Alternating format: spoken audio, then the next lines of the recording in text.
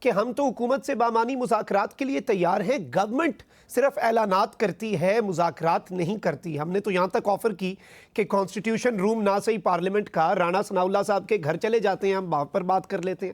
تو why the government is reluctant? ہم جب دیکھتے ہیں کہ عالمی سطح پر ہم امریکہ ایران کو ایک میز پہ بٹھا لیں, تو پاکستان میں پولیٹیکل سٹیبلٹی کے لیے پی ٹی آئی کے ساتھ بیٹھنے میں کیا حرج ہے؟ دیکھیں, سب سے پہلے تو میں یہ بات کلیریفائی کروں, میرے بھائی نے ابھی کہا کہ پی ٹی آئی اس نظام کو نہیں مانتی, سب غلط ہے, کوئی سارے الیکشنز مطلب ٹارنشڈ ہے, پرائم منسٹر کی سیٹ بھی ٹارنشڈ ہے. چلیں ان کی بات مان لیتے. تو اگر الیکشن ٹارنشڈ تھے, اس کا مطلب خیبر پختونخوا کا الیکشن بھی ٹارنشڈ تھا. تو یہ ذرا جرأت کا مظاہرہ کرے, پہلے خیبر پختونخوا کی اسمبلی سے استعفیٰ دے, حکومت سے دستبردار ہوں, اور اس کے بعد بات کریں. جب آپ کسی کا مینڈیٹ مانتے نہیں ہے, لیکن فنی بات کیا ہے, کل سہیل افریدی صاحب نے پشاور میں ایز یوزول, جب بھی ہمارا کوئی قومی دن ہوتا ہے, کل ہم کشمیر کے مقبوضہ ہونے کا ایک دفعہ پھر سے, جب پوری دنیا میں ایک کمیموریٹو ڈے ہے, اس دن انہوں نے اپنی 2.5 انچ کی مسجد بنا کے اپنی ایک الگ پولیٹیکل ایکٹیویٹی کر لی, جس میں بہت سارے ان کے جو بڑے ہیں چلے انہوں ان نے کے بانی کو شراکت اسی کی. دن اریسٹ کیا گیا تھا نا, وہ تو چلے ان کے پاس ایک تو یہ خیر یہ آج کر لیتے نا جلسہ, یہ ذرا بڑے دل کا مظاہرہ کر لیتے. جلسے میں انہوں نے کہا ہم لانگ مارچ کریں گے. علیمہ صاحبہ نے آج کہہ دیا کہ یہ ایک اور لالی پاپ ہے, عمران خان کو انتظار کرایا جا رہا ہے. بیرسٹر گوہر صاحب نے کل کہا ہے کہ نیشنل گورنمنٹ بننی چاہیے. تو نیشنل گورنمنٹ میں آپ انہی گندے لوگوں کے ساتھ بیٹھنے کے لیے تیار ہیں جن کا مینڈیٹ اب تک آپ نہیں مان رہے, لیکن اگر نیشنل گورنمنٹ آپ کو حصہ مل جائے گا تو آپ انہی کے ساتھ بینچز پہ بھی بیٹھیں گے, انہی کے ساتھ کیبنٹ پہ بھی بیٹھیں گے, ان سے آرڈرز بھی لیں گے. تو مجھے تو ان کی باتوں کی سمجھ میں نہیں آتی. علامہ راجہ ناصر صاحب نے مذاکرات کی بات کر دی. پرائم منسٹر آف پاکستان نے فلور آف دا ہاؤس پہ ملٹیپل ٹائمز یہ بات کی ہے, لیٹس ٹاک. اس وقت یہ محمود خان اچکزئی صاحب کو آگے کر دیتے ہیں, جو کسی دن اس کو کسی کا لہجہ پسند نہیں آتا, کسی دن اس کو کسی کا سوٹ پسند نہیں آتا, پھر ان کو پرائم منسٹر کا آفس پسند نہیں آتا. تو دیکھیں, actually the issue is we are ready to talk, لیکن پاکستان تحریک انصاف میں گروپس ہیں. ایک گروپ بات کرنا چاہتا ہے, ایک گروپ احتجاج کرنا چاہتا ہے, اور ایک گروپ حکومت میں آنا چاہتا ہے. تو آپ مجھے بتا دیں ہم ان میں سے کس گروپ کے ساتھ بات کریں. ٹھیک ہو گیا, آپ کا پوائنٹ بھی ہے, میں اس پہ قریشی صاحب کی انپٹ بھی لوں گا. لیکن رضا ہارون صاحب, پاکستان پیپلز پارٹی اور زرداری صاحب کو تو مفاہمت کا بادشاہ کہا جاتا ہے. ڈونٹ یو تھنک کہ پاکستان کو اس وقت پولیٹیکل ریکنسیلیشن کی ضرورت ہے, پولیٹیکل سٹیبلٹی کی ضرورت ہے, اور اس کے لیے سب کو بیٹھنا ہوگا اور حکومت کو بھی دل بڑا کرنا ہوگا, پی ٹی آئی کو بھی ظاہری بات ہے ایک قدم کچھ تو پیچھے ہٹنا ہوگا؟ بالکل ایسے ہی ہے. مفاہمت ایسے ہی ہے جیسے تالی بجانا ہوتا ہے, 2 ہاتھوں سے بجائی جاتی ہے, ایک ہاتھ سے تو نہیں بجائی جا سکتی. تو اگر مجھے تو نہیں یاد پڑتا کہ کب حکومت نے یا پاکستان پیپلز پارٹی نے کسی اور سیاسی جماعت نے پی ٹی آئی کی طرف ڈائیلاگ کا ہاتھ نہ بڑھایا ہو. دو ادوار ہم نے دیکھے, ہوتے ہوئے بھی دیکھے, ڈائیلاگ کے آگے بھی ہونے چاہیے, اور اس ایفرٹ کو تو کسی طور بھی رکنا نہیں چاہیے, چاہے وہ پی ٹی آئی کے ساتھ ہو یا دیگر فورسز کے ساتھ ہو جو ناراض ہیں یا قومی دائرے سے ہٹ رہے ہیں, سب کے ساتھ ڈائیلاگ ہونا چاہیے. لیکن اس میں سنجیدگی جو ہے نا, وہ میرے بڑے اچھے دوست ہیں, ندیم بھائی کا ہمارا بڑا اچھا تعلق ہے, لیکن تھوڑا سا ایک جو پرابلم ہے نا, جو ہماری بہن نے بتایا پی ٹی آئی کے ساتھ شاہد بھائی, وہ یہ ہے کہ پی ٹی آئی بیسکلی اس وقت لیڈر لیس پارٹی ہے. ٹھیک ہے, ان کے بانی ان کے لیڈر ہیں, وہ جیل میں ہیں, وہ انکمیونیکاڈو ہیں, ان سے بات نہیں ہو پا رہی, وہ ایک علیحدہ سٹوری ہے, وہ ایک علیحدہ فلم ہے. لیکن جو موجودہ پی ٹی آئی کا ڈائلیما ہے, اور یہ میں ندیم بھائی کے ساتھ پروگرام میں شیئر کر چکا ہوں, کہ جو ڈائلیما ہے وہ یہ ہے کہ ان کا جو چیئرمین اور سیکرٹری جنرل ہے وہ بیسکلی ان افیکٹو ہے. ان کو پارٹی نے جو ہے نا ان افیکٹو رکھا ہوا ہے, as per their position they are not effective. پھر جو قومی اسمبلی میں اگر ان کی آواز اٹھانی ہو تو وہاں انہوں نے آؤٹ سورس کر دیا ہے اچکزئی صاحب کو. سینٹ میں جہاں ان کی نمائندگی ہے, جو پبلک فورم میں آواز اٹھانی ہے, وہ انہوں نے آؤٹ سورس کر دیا ناصر عباس صاحب کو. اسٹریٹ موومنٹ میں انہوں نے پھر سب سوچا کہ سب ٹھیک ہو گیا تو ایک گھپلا اور کر دیتے ہیں کنفیوژن کا, اسٹریٹ موومنٹ دے دی انہوں نے ایک چیف منسٹر صاحب کو. یعنی کہ پارٹی اٹ سیلف یا پارٹی کی لیڈرشپ کا کیا ویو ہے, کیا نظریہ ہے, ان سب کو انہوں نے بیسکلی جو ہے وہ ڈورمنٹ کر کے, انیکٹو کر کے پارٹی کو لیڈر لیس کر دیا. اس کا نتیجہ آپ یہ دیکھتے ہیں کہ آپ کو کہیں کوئی بات ایسی نہیں نظر آتی, کو مشاورت کی بات کی جا رہی ہو. مثال کے طور پہ کل ٹھیک ہے جلسہ ہوا, بڑا ہوا, چھوٹا ہوا, اس کی بحث نہیں ہے, لیکن آپ 3 سال یہ بات بتا رہے ہیں جلسہ کر کے کہ 3 سال ہو گئے ہمارا لیڈر ہے، اور پھر آپ اگلے دن کی ڈیٹ دینے کے بجائے آپ 2 مہینے بعد کی ڈیٹ دے رہے ہیں کہ پھر ہم سوچ کے بتائیں گے. یاد کریں رمضان سے پہلے تحریک چلانے کی بات کی تھی، پھر کہا ہم عید کے بعد کریں گے. تو یہ جو ان کا کنفیوژن ہے، ان کو سیٹ مائنڈ سیٹ نہیں ہے، کوئی پلان نہیں ہے، کوئی اسٹریٹجی نہیں ہے، انہوں نے کس طریقے سے معاملات کو آگے لے کے جانا ہے، کیا ایجیٹیشن کر کے، کیا پروٹیسٹ کر کے پھر مذاکرات کرنے اور انہی لوگوں کے ساتھ کرنے جو حکومت میں. یا بہتر یہ نہ ہوگا کہ سب سے پہلے آپ ایک مذاکرات کر کے دیکھ لیں، کوئی ایجنڈا لے کر آئیں، کوئی لیڈرشپ لے کر آئیں، کوئی بات چیت کریں گے. مثلا 3 سال تو 2.5-3 سال تو اب گورنمنٹ کو ہونے کو آ گئے. اب تو ویسے ہی 1.5-2 سال کا وقت بچا. 1 سال بعد یہ گورنمنٹ جو ہے یہ سٹنگ گورنمنٹ ہو جائے گی، جو ویٹ کر رہی ہوگی انکمبنٹ گورنمنٹ نیو گورنمنٹ کا. تو 1 سال کا تو پیریڈ ویسے ہی رہ گیا. تو مناسب یہ ہوگا مفاہمت، بات چیت، ڈائلاگ. اس کا میں نے خود دیکھا ہے، پرائم منسٹر صاحب اس کو کہہ چکے ہیں، بلاول بھٹو صاحب نے کشمیر کے جلسے میں ان کی طرف ہاتھ بڑھایا، کشمیر میں جلسے میں کہ آئیں مل بیٹھ کے بات چیت کرتے ہیں. تو اب یہ بال جو ہے بیسیکلی پی ٹی آئی کے کورٹ میں ہے، لیکن پی ٹی آئی کا کوئی کھلاڑی ہے نہیں موجود جو اس بال کو اٹھائے، اس کو ریورس پھینکے تو پھر وہ ایک بات چیت کا سلسلہ شروع ہو سکے. وہاں تو مختلف ایشوز پہ، مختلف بات چیت پہ جو لیڈرشپ کے اندر ان کا بٹوارا ہوا ہے، وہ ان کو ان کی لیڈرشپ کے کسی بھی پوائنٹ آف ویو کو پریزنٹ کرنے میں کنفیوژن سامنے لے کر آتا ہے. تو یہ تو حال ہے. ایک بات میں آپ سے کرنا چاہوں گا پہلے پوائنٹ پہ، شاہ بھائی اگر اجازت دیں جی صرف 30 شور. سیکنڈ، کہ جب میں نے ذکر کیا تھا کہ نظام ہونا چاہیے، نظام کے چلانے والوں کا معاملہ ہے، تو اگر آپ کو یاد ہو، آپ مطالعے کے شوقین ہیں مجھے پتا ہے، راشد لنگڑیال صاحب ایف بی آر کے چیئرمین ہیں. ان کے اگر آپ حالیہ مضامین دیکھ لیں 4-5 جا کے جنگ اخبار میں شائع ہو رہے ہیں، تو اس سے آپ کو پتہ چل جائے گا وہ کیا کہہ رہے ہیں. مطلب ایف بی آر کا چیئرمین جو ہے بیسیکلی ریونیو اسٹیبلشز کہ کس اسٹیٹ کی کیا ریٹ ہے، ریونیو کلیکشن ہی تو ریٹ بتاتا ہے نا.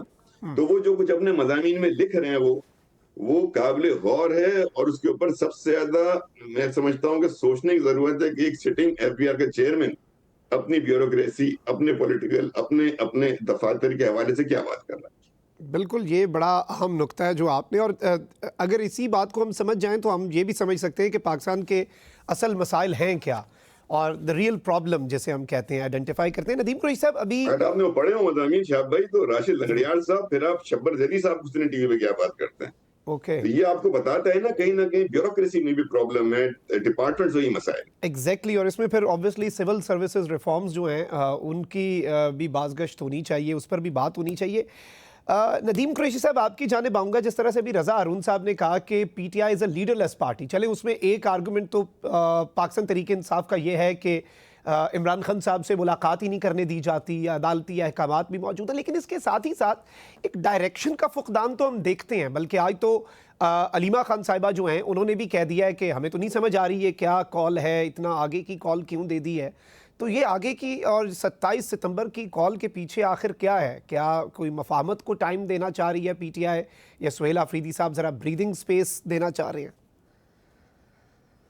دیکھیں، پہلی بات تو یہ ہے کہ رضا بھائی کے تجربے سے تو میں چیزوں کو میچ نہیں کر سکتا. ان کا ظاہر تجربہ ہے اور مجھے اس کا احترام ہے. کوئی شک نہیں ہے تحریک انصاف کی جو تمام لیڈرشپ ہے وہ جیلوں میں ہے. اور جو سیکنڈ ٹیئر لیڈرشپ آئی تھی، جیسے عمر ایوب صاحب تھے ہمارے اپوزیشن لیڈر یہاں مرکز میں، اور سینٹ میں تھے شبلی فراز صاحب، پنجاب میں تھے احمد خان پچر صاحب، ان سب کو نااہل کر دیا گیا. مطلب وہ کون سا ظلم اور سیاسی زیادتی ہے جو تحریک انصاف کے ساتھ نہیں ہوئی؟ ہماری کون سی لیڈرشپ ہے جس کو صحیح سمجھ کر کام کرنے کا موقع دیا گیا ہے؟ اور ابھی جیسے کل 5 اگست کا ہمارا ایجیٹیشن تھا، ہم نے، میری بہن نے بالکل کہا، مجھے ان کی بات کا احترام ہے، ہم سب اپنے کشمیری بہن بھائیوں کے ساتھ ہیں. اگر ہندوستان کوئی کشمیر کے خلاف کوئی اس طرح سے غیر آئینی کام کرتا ہے تو ہم نے ہمیشہ اس کو اپوز کیا ہے، ہمیں بطور قوم کرنا چاہیے. لیکن کیا ہم نے جب احتجاج کا اعلان کیا تو اس احتجاج کے بعد یہ پاسبل نہیں تھا کہ ہمیں اسے احتجاج کو ہمیں پراپر کرنے دیا جاتا، پورا میں احتیاط کرنے دیا جاتا، تاکہ ہم جب اپنا موقف دیتے، کوئی اظہار خیال کرتے، کوئی رائے دیتے، تو ہم اپنے کشمیری بہن بھائیوں کے ساتھ بھی یکجہتی کا اظہار کرتے. ہم ایک طرف اپنے قائد کی ناجائز اور غیر قانونی قید پر سراپا احتجاج تھے، اس سے 1-2 روز پہلے وہ پنجاب میں کریک ڈاؤن کیا گیا. آپ ایف آئی آر منگوا لیں، میری بات غلط ہو سکتی ہے، جو ریٹن پروف ہے وہ تو نہیں چھپ سکتے. ایسی مزے کا خیز ایف آئی آر کا درج کی گئی ہیں. کوئی اپنے پولیس کی گاڑی چلا دی ہے، کوئی پولیس کے آفس میں، مطلب سمجھ نہیں آتی کہ آپ پولیٹیکل ورکر کو ایک پرامن احتجاج کرنے دینے سے اتنے خوفزدہ ہیں.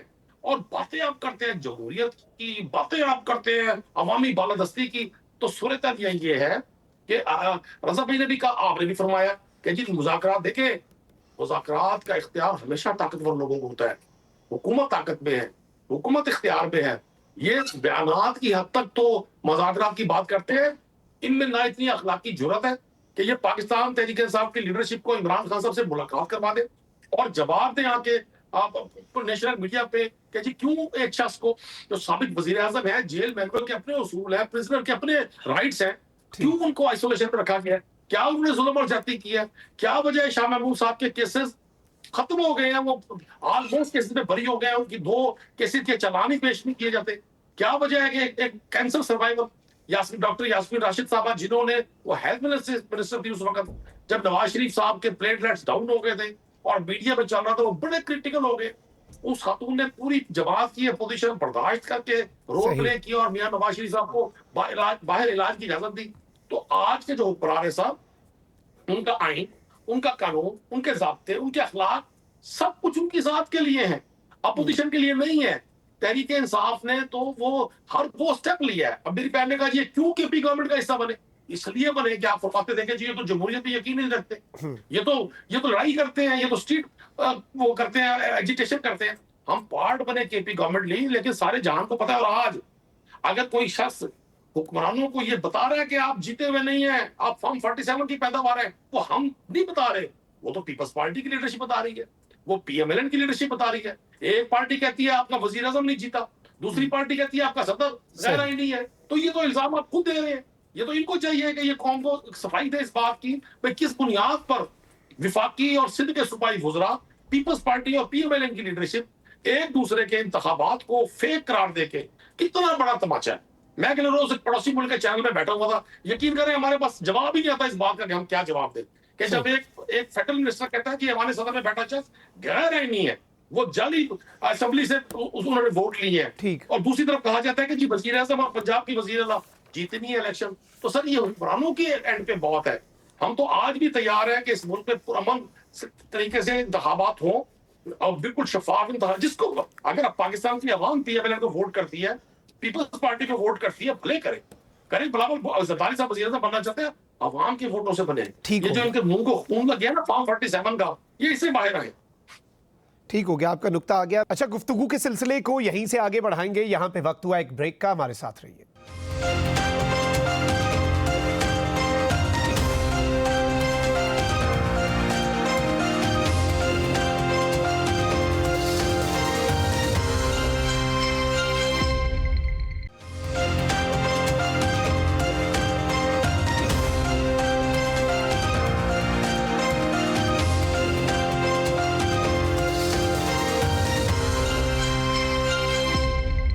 Welcome back after the break. گفتگو کے سلسلے کو آگے بڑھاتے ہیں.